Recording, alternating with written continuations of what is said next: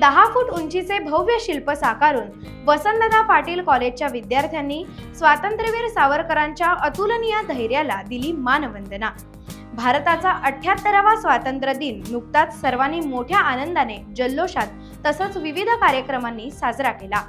त्याच धर्तीवर मुंबईतील नावाजलेल्या अशा वसंतदादा पाटील महाविद्यालयातील व्हिज्युअल आर्ट्सच्या विद्यार्थ्यांनी अथक परिश्रमातून स्वातंत्र्यवीर सावरकर यांचा तब्बल 10 फुटी पुतळा तयार करून महाविद्यालयातील सर्वांचीच वाहवा मिळवली। विशेष म्हणजे हा पुतळा पुठ्यांपासून तयार करण्यात आला। तो तयार करायला विद्यार्थ्यांना 36 तास लागले। मुंबईतील वसंतदादा पाटील महाविद्यालयातील विद्यार्थी हे आपल्या शैक्षणिक उपक्रमातून दरवर्षी महान व्यक्तींना आपल्या कलेतून आगळीवेगळी मानवंदना देत असतात।